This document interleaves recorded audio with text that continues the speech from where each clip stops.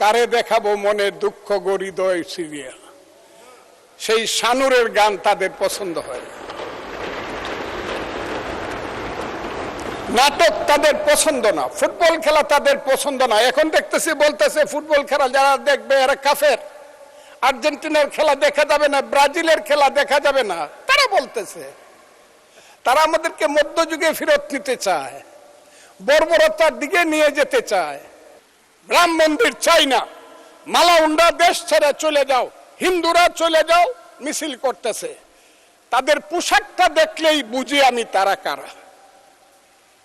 সেই পোশাকি লোকজনের সংখ্যা এখন বেড়ে গেছে, এমন বাড়ছে যে তারা পৃথিবীর কোন সভ্যতা সংস্কৃতি কোনো কিছু শুনতে চায় না, কোনো কথা শুনতে চায় না। ধর্মকে নিয়ে শুধু ব্যবসা করতে চায়, তারা হলো ধর্ম ব্যবসায়ী। মাননীয় স্পিকার, এখন 10 মিনিট দিলে অসুবিধা নাই, আর সারা রাত দিলে অসুবিধা নাই। একজন মানুষকে বয়স 78 বছর, 40 বছর আগে আমি এই সিটে ছিলাম। 40 এখানে একজনও নাই, আমি নয় এখানে নাই, এখন নাই, আছে 2-1 জন আছে। আমি 40 বছর আগে এখানে ছিলাম। আমি 11টা থেকে এখন রাত 9টা পর্যন্ত বসে আছি। আমাকে বলা হয়েছে 20 মিনিট সময় দেওয়া হবে, এখন আপনি বলছেন 10 মিনিট। এনে চিফ হুইপ সাহেব দেখেন আমার এখানে আনলিমিটেড লেখা আছে। মাননীয় সদস্য, আমার জায়গা থেকে আমি এগুলো বলতে পারি না, বাট টাইমটা সরকারি দলের চিফ হুইপ, মাননীয় চিফ হুইপ নির্ধারণ করে দেন। না ঠিক আছে মাইলড, আমি আপনাকে তো বলছি না, আমি বলছি ওনাকেই বলছি যে এখন আপনি বললেন 10 মিনিট, আমি 10 মিনিট কথা বলতে পারবো না এখন এই কারণে যে এখন যে অবস্থা আমার মানসিকভাবে, আমি I am not ready to speak before your lordship honour, কারণ বলার কিছু নাই।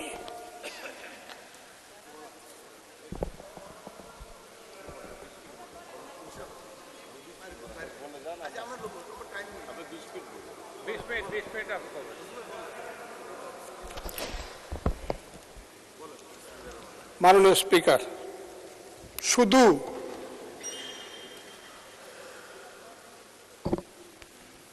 রুলস রক্ষা করার জন্য কথা বলে যাচ্ছি, না হলে আমার কথা বলার কথা না। দেখুন বলতাম না, আমি শুধু হাউজের সম্মানে, আপনার সম্মানে আমি কথা বলে যাচ্ছি। অনেক কিছু চাই, অনেক কিছু চাই না, জীবনে অনেক কিছুই পাই নাই, অনেক কিছু পাইছি।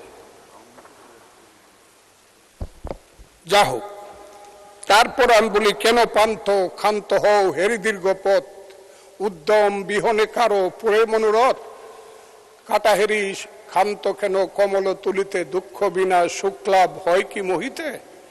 ছোটবেলার কবিতা। জলে না নামিলে কেহ শিখে না সাঁতার, হাঁটিতে পারে না কেহ না কে আসার। এখানে এবারের যে বাজেট, আমি প্রথমে 1972 সনের বাজেট দেখেছিলাম। আমি পার্লামেন্ট মেম্বার ছিলাম না, কিন্তু ঢাকা বিশ্ববিদ্যালয়ের ছাত্র ছিলাম তখন। 70 সন প্রথমে দেখেছিলাম, মিছিল করেছিলাম বিরুদ্ধে। আইনমন্ত্রী ছিলেন MN হুদা, আইনমন্ত্রী না, অর্থমন্ত্রী। 350 কোটি টাকার বাজেট ছিল। আমি 72 সনের বাজেট অনুষ্ঠানে উপস্থিত ছিলাম। অর্থমন্ত্রী তাজউদ্দিন আহমদ বাজেট পেশ করছিলেন, 450 কোটি টাকা। আজকে 54 বছর পরে সেই বাজেট এসে দাঁড়িয়েছে 9,38,000 কোটি টাকা। বাংলাদেশে কিছুই হয় নাই, এটা যারা মনে করে এটা ঠিক না। এখন বাংলাদেশ যেদিকে চলছে, এত বড় একটা বাজেট অত্যন্ত সুন্দর এবং নিখুঁতভাবে দেওয়ার জন্য আমি বাংলাদেশের নেতা, আমাদের নেতা, বাংলাদেশ সরকারের প্রধানমন্ত্রী জনাব তারেক রহমান, অর্থমন্ত্রী জনাব আমির খসরু মাহমুদ চৌধুরীকে অন্তরের অন্তঃস্থল থেকে ধন্যবাদ জানাচ্ছি। এখানে বাজেটের মূল 3টে ব্যাপার খুব সামনে এসেছে। একটা শিক্ষা, সবচেয়ে বেশি বাজেট হয়েছে তারপরে হলো নিরাপত্তা, সামাজিক নিরাপত্তা। শিক্ষাতে 1,37,000 কোটি, সামাজিক নিরাপত্তা 1,44,000 কোটি, তারপরে স্বাস্থ্য হলো 69,000 কোটি। এত বড় বাজেট, এত ব্যাপক ভাবে সমস্ত দিক রক্ষা করে একটা বাজেট দেওয়া, এটার খুব বেশি ত্রুটি আছে। ত্রুটি থাকলেও আমি বলবো, কিছুক্ষণ পরেই বলছি, এটা আমি মনে করি না খুব বেশি ত্রুটি আছে। এটা কিভাবে বাস্তবায়ন হবে এত টাকা বাজেট, ঘাটতি বাজেট নিয়ে, এইটাই যারা জিজ্ঞাসা করছেন আমার বিরোধী দলের সম্মানিত সদস্যরা, এটা আগামী বছর যখন আমরা পারবো না তখন জিজ্ঞাসা করবেন। এটা এখন জিজ্ঞাসা করার ব্যাপার না। আপনাদের আশঙ্কাটা থাকুক, কিন্তু আশঙ্কা থাকলেই সবকিছু, আশা থাকলেই সবকিছু হয় না। আমরা পারবো না, কারণ আপনারা ইলেকশনের সময় মনে করেছিলেন আমরা বোধহয় পারবো না, কিন্তু আমরা কিন্তু পেরেছি।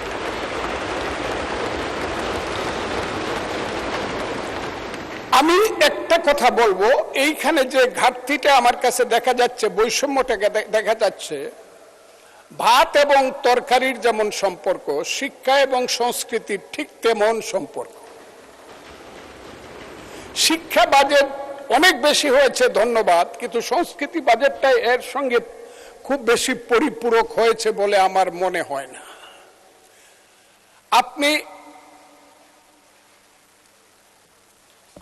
আমি খুব ক্লিয়ারলি আপনাকে বলতে চাই যে একটাকে অনাহারে রেখে আরেকটা খুব সুস্থভাবে চলতে পারে না। কারণ আমাদের দেশের শিক্ষার সঙ্গে যদি সংস্কৃতির সঠিক মিলন না হয়, তাইলে এখানে সভ্যতা গড়ে উঠবে না। আমার এক বন্ধু জামাতে ইসলামের, উনি চলে গেছেন, উনি নিজেকে মুক্তিযোদ্ধা দাবি করেন, সাতক্ষীরার এমপি।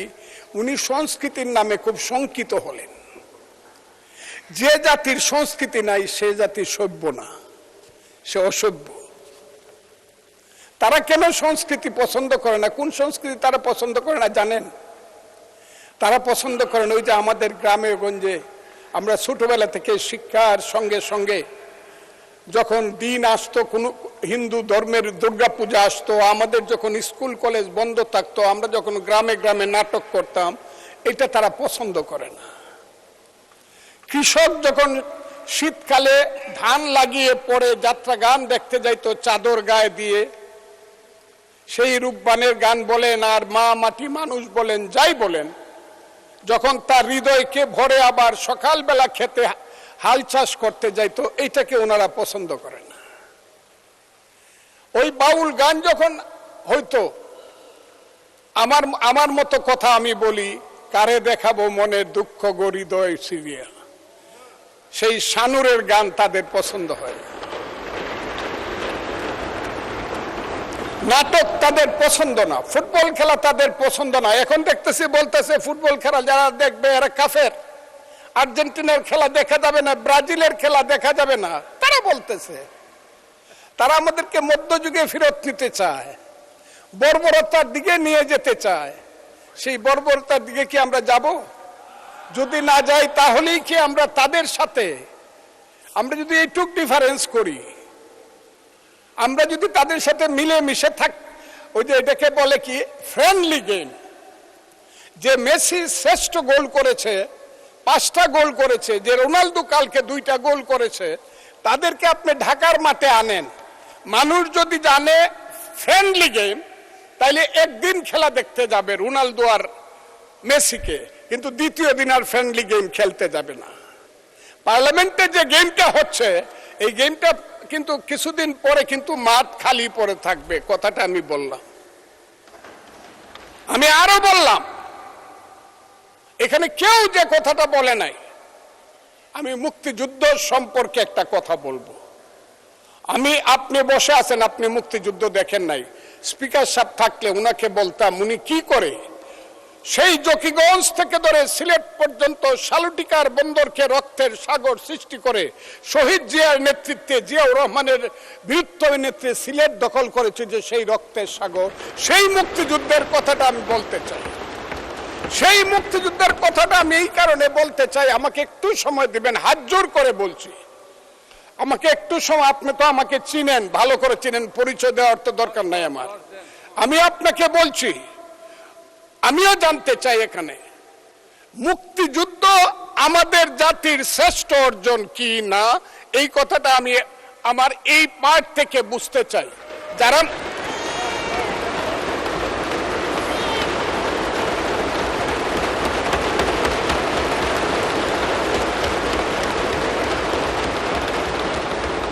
তাহলে 146 এবং 47 ধারায় বা পেরা যে দুইটা, জি মাননীয় সদস্য, জি জি জি মাননীয় সদস্য, আমাদের মাননীয় চিফ হুইপ সময় 5 মিনিট বাড়িয়েছেন আপনার জন্য, আর আমি আমার জায়গা থেকে আরো 5 মিনিট, টোটাল 10 মিনিট হলো।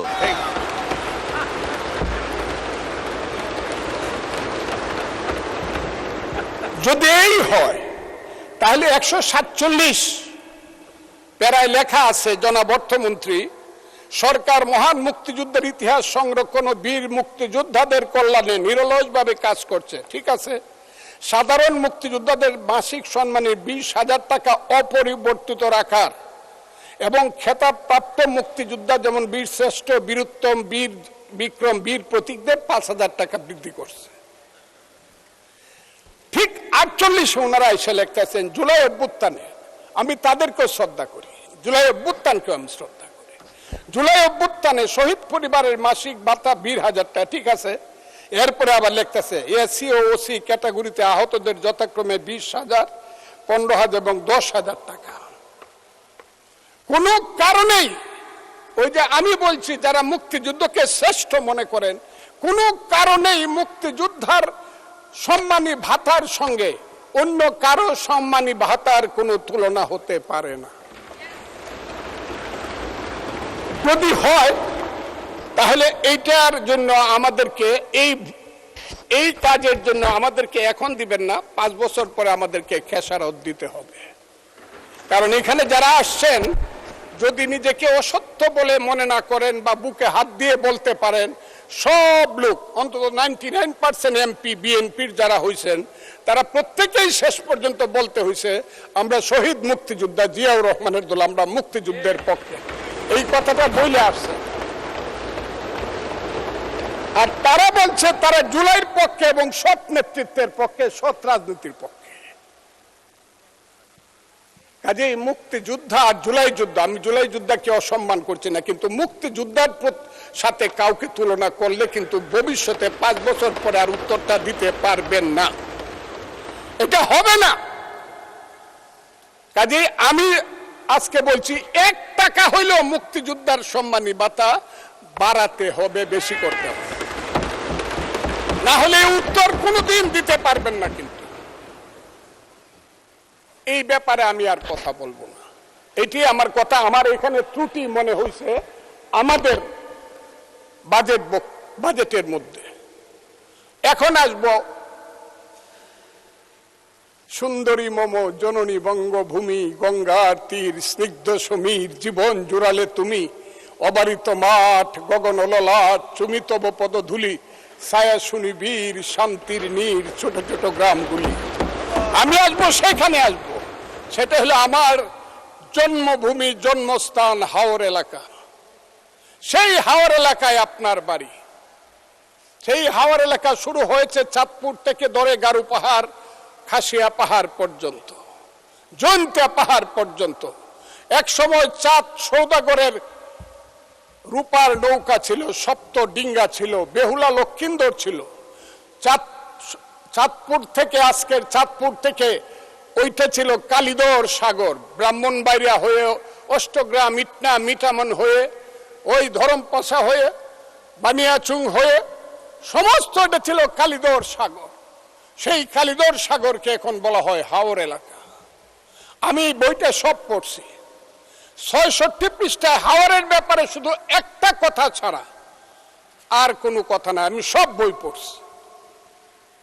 সেই হাওর এলাকা যেখানে একদিন দুধের গাই ছিল, হালের বলদ ছিল, আম গাছ, জাম গাছ, কাঁঠাল গাছ ছিল, যেখানের মানুষ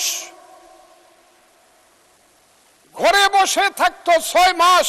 আপনি জানেন, কোনো কাজ করতো না, কিন্তু ধান আর মাছ ঘর ভরা ছিল। আজকে সেই ভাটি এলাকার মানুষ এইবার বারবার আগাম বন্যার কারণে, প্রাকৃতিক ক্যালামিটির কারণে আজকে এরা হয়ে গেছে শুধু নিঃস্ব না, সারা বাংলাদেশে রংপুর এক সময় কামলা সাপ্লাই করত, শ্রমিক। এখন হাওর অঞ্চলের মানুষ সারা বাংলাদেশে শ্রমিক সাপ্লাই করে। অথচ এইটা ছিল শ্রেষ্ঠ এলাকা। ওই এলাকাটাকে দেখেই রবি ঠাকুর যখন সিলেট থেকে সুনামগঞ্জ গেল, হাসন রাজার এখানে গেলে যখন হাসন রাজার বাড়িকে দেখার জন্য, তখনই ওই এলাকাকে দেখে বলেছিল সুন্দরী মম জননী বঙ্গভূমি। এখন সেই এলাকা বিরান হয়ে গেছে, অথচ সেই এলাকায় আছে পানি, শ্রেষ্ঠ, পৃথিবীর শ্রেষ্ঠ পানি আছে, অফুরন্ত স্থান জায়গা আছে অফুরন্ত, আর আছে মাছ, আছে খনিজ দ্রব্য, আরো অনেক কিছু আছে। সেইগুলোকে মিলিতভাবে পাহাড়ের এলাকার যেমন একটা আলাদা বৈশিষ্ট্য, চট্টগ্রাম, পার্বত্য চট্টগ্রামের রাঙ্গামাটি, খাগড়াছড়ি এবং বান্দরবন, ঠিক ভাটি এলাকার যে জেলাগুলো প্রায় 30টা উপজেলা, তার আলাদা বৈশিষ্ট্য। ওই দুয়ারা বাজার থেকে শুরু করে তাহিরপুর, বিশম্বরপুর হয়ে দিরাই, সাল্লা, ইটনা, মিঠামইন, অষ্টগ্রাম, খালিয়াজুরি, মদন, নিকলি থেকে ধরে নাসিরনগর, নাসিরনগর থেকে আশুগঞ্জ, আজমিরিগঞ্জ, বানিয়াচং, লাখাই, এই এলাকাটা হইল সম্পূর্ণভাবে পানির এলাকা, হাওর এলাকা। এই এলাকাটা একটা ভিন্ন ধর্মী এলাকা। ওই এলাকার মানুষকে বাঁচাতে হলে একটা মন্ত্রণালয় আলাদা করতে হবে। এই কথাটা বলার জন্য আমি এতগুলো কথা বললাম। আমি দাবি করছি, আমার নেতা যদি থাকতেন, আমি চাইতাম যে আমার হাওর অঞ্চলে আপনি দেখেন এখানে একটা মন্ত্রণালয় করা যায় কিনা। নেতার দায়িত্বে আছেন জনাব ফখরুল ইসলাম আলমগীর, আমি এটা জানি। তাকেই আমি বললাম যে হাওর অঞ্চলকে একটা মন্ত্রণালয় করা যায় কিনা। আমি আরেকটা কথা বলবো, হাওর অঞ্চলে অনেকগুলো কাজ শুরু হয়েছিল, বিশেষ করে 5200 কোটি টাকা খরচ করে একটা ফ্লাইওভার করার কথা ছিল মরিচখালী থেকে মিঠামইন। এইটা বন্ধ করে দিয়েছে ইউনূস সাহেব। এইটা চালু করা যায় কিনা, অথবা আরো কম টাকায় হাওর একটা রাস্তা নেওয়া যায় কিনা, যাতে 12 মাস হাওরের মানুষ আমরা বাইরে আসতে পারি, ঢাকা থেকে যেতে পারে, তাহলে ওইটা হবে সবচেয়ে সুন্দর একটা এলাকা। এর চেয়ে বড় পর্যটন কেন্দ্র যে সালাউদ্দিন ভাই চায় রয়েছে, আমার সালাউদ্দিন মাননীয় সংসদ সদস্য এবং স্বরাষ্ট্রমন্ত্রী, তার কক্সবাজার যেমন পানিতে সুন্দর, আমার হাওর অঞ্চল হইল পানিতে সুন্দর। কাজেই আমি সেইখানে একটা মন্ত্রণালয় চাই, হাওর অঞ্চল মন্ত্রণালয়। এখন আসি বাংলাদেশের কথায়, বর্তমান কথায়।